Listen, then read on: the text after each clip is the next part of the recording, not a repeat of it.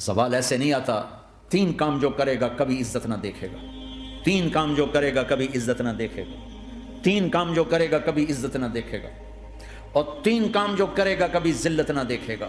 3 کام جو کرے گا کبھی ذلت نہ دیکھے گا. 3 کام جو کرے گا کبھی ذلت نہ دیکھے گا. جو جھوٹ بولتا ہے، جو ظلم کرتا ہے، جو دھوکہ دیتا ہے، جو جھوٹ بولتی ہے، جو ظلم کرتی ہے، جو دھوکہ دیتی ہے، عزت کے خواب دیکھنے چھوڑ دے. ذلت مقدر ہے اس جہان میں اس جہان. قوم ہو، فرد ہو، عورت ہو، مرد ہو، ظلم ہے، جھوٹ ہے، دھوکہ ہے، رب ذوالجلال کی قسم ذلت کے سوا کچھ نہ ملے گا. جو سچ بولتا ہو، جو عدل کرتا ہو، جو دیانتدار ہو، اس کے لیے عزت مقدر ہو گئی، ہو گئی، ہو گئی. سچ ایک فرد میں ہے، عدل ایک فرد میں ہے، دیانت ایک فرد میں ہے یا ایک قوم میں ہے. انہیں عزت دینا یقینی ہو گیا. میرا اللہ انہیں دے کے رہے گا، چاہے وہ اللہ کو مانتے ہیں چاہے اللہ کا انکار کرتے ہیں.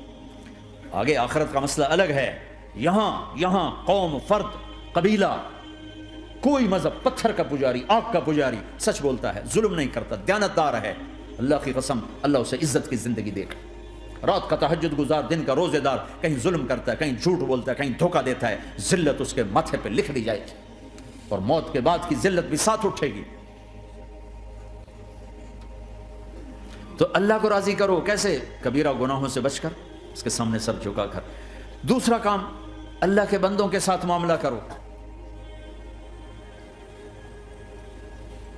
سارا معاملہ 2 حدیثوں میں بتا دیتا ہوں، 2 حدیثوں کہ یہ 2 کام کر لو، ساری دنیا کے محبوب بن جاؤ گے، تمہارے گھر جنت بن جائیں گے، میاں بیوی میں محبت قائم ہو جائے گی، ساس بہو میں محبت ہو جائے گی، باپ بیٹے میں محبت ہو جائے گی، ماں بیٹی میں محبت ہو جائے گی، بھائی بھائی میں محبت ہو جائے گی.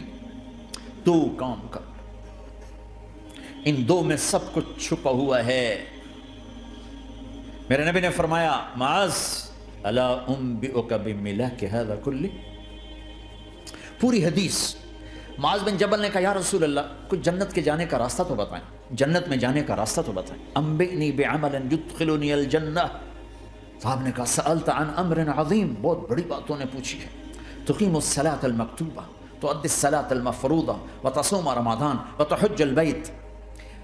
معاذ نماز پڑھنا، روزہ رکھنا، زکوٰۃ دینا اور حج کرنا. پھر آپ نے فرمایا ان شئت انبأتک بابواب الجنۃ. اب اگر تو چاہے تو کچھ اور بتاؤں، جنت کے دروازے بتاؤں؟ کہ جی بتائیں. کہ الصوم جنہ، روزہ جہنم اور تیرے درمیان بیچ میں رکاوٹ بن جائے گا. الصدقۃ تطفئ الخطیہ، چھپ چھپ کے اللہ کے نام پہ دینا تیرے گناہوں کو دھو دے گا، پاک کر دے گا. وقیام الرجل فی جوف اللیل ابتغاء وجہ اللہ، اور رات کے اندھیرے میں کھڑے ہو کر اللہ سے باتیں کرنا. 2 نفل ہی پڑھ لیا کرو، کسی مرد عورت کا رات کے اندھیرے میں کھڑے ہو کر. پھر آپ نے کہا معاذ الا انبئک براس الامر وعمودہ وذروۃ سنامہ وبملاک ھذا کلہ. اے معاذ میں تمہیں اب سارے دین کا خلاصہ بتاؤں، سارے دین کا سرا بتاؤں، ستون بتاؤں. ایک روایت کے مطابق ستون بتاؤں، آخری چیز بتاؤں، آخری چیز بتاؤں. کہا جی ما ہوا جی تو مجھے دیکھنا سارے بھائی. تو آپ نے اپنی زبان نکالی اور اسے یوں پکڑا.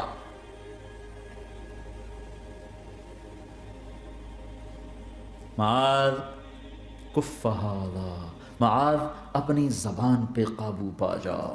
یہ میری پوری شریعت ہے، یہ پورا دین ہے. یہ کس کو سمجھایا ہے؟ معاذ کو.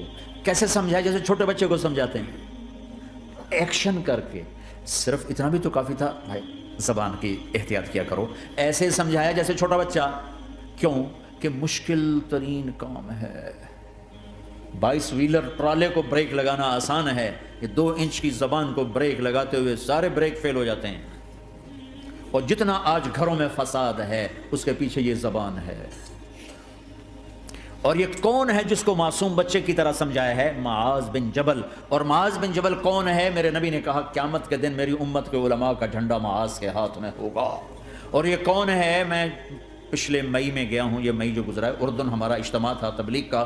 میں وہاں گیا، عمان میں آگے اربد گئے. اربد سے 18 کلومیٹر 20 کلومیٹر آگے حضرت معاذ کا مقبرہ ہے، باپ بیٹا دونوں وہاں دفن ہیں۔ حضرت عمر کے زمانے میں انتقال ہوا، جب میں اندر گیا تو اوپر لکھا ہوا تھا تاریخ وفات 18 ہجری، اور اب ہے 1435 ہجری۔ 1417 سال اس آدمی کو دنیا سے گئے ہوئے ہو چکے ہیں۔ جب میں مقبرے میں داخل ہوا، کمرے میں جس میں قبر تھی، سارے کمرے میں خوشبو ہی خوشبو۔ قبر پر 2-4 چادریں پڑی تھیں، مجھے خیال آیا کہ میرے خیال ہے یہ چادروں پہ خوشبو لگی ہوئی ہے، وہ خوشبو آ رہی۔ اس وقت میں فاتحہ پڑھ کے واپس چلا گیا، جا کے نماز پڑھی، مسجد قریب تھی، مغرب کی نماز پڑھ کے پھر دوبارہ آیا۔ پھر میں کھڑا ہو کے سوچ رہا ہوں یہ کیسی خوشبو ہے۔ تو ایک آدمی میرے پاس کھڑا تھا، میں وہ ایسے کر کے نا چادریں سونگنے کی، شاید یہ چادروں میں خوشبو لگی ہوئی ہے۔ ایک آدمی میرے پاس کہنے لگا جناب یہ خوشبو چادروں میں نہیں ہے، یہ اس قبر والے کی خوشبو، یہ 24 گھنٹے آتی رہتی ہے، 24 گھنٹے۔ پھر میں نے فزیکلی ایک ایک چادر کو سونگا، کسی ایک چادر میں کوئی خوشبو نہیں تھی۔ یہ وہ معاذ ہے جو 1417 سال ہو چکے ہیں مرے ہوئے، اور قبر مہک رہی ہے۔